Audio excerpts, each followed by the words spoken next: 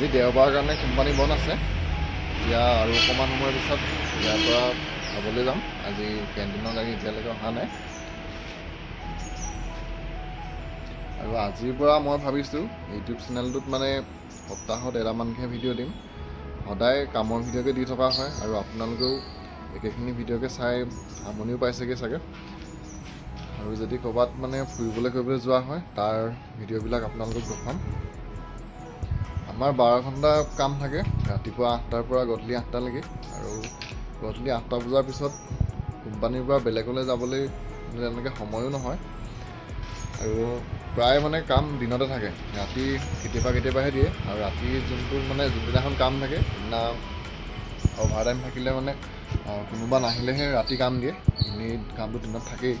আৰু দিনত কাম থাকিলে মানে তেনেকৈ ফুৰিবলৈ যাবলৈও সময় পোৱা নহয়।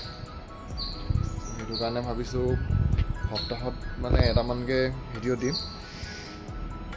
তো ডেইলি ব্লগটো মই আজি ইমানতে সামৰিছোঁ। আৰু আমাৰ এইফালে কোম্পানীৰ আগফালে থকা কঁঠালজোপাত কঁঠাল লাগিলেই, অকণমান ডাঙৰ হৈছে। আৰু আজিৰ ব্লগ ভিডিঅ'টো মই এতিয়া ইমানতে সামৰিছোঁ। তো শ্বৰ্ট ভিডিঅ'কে দিম মাজে মাজে।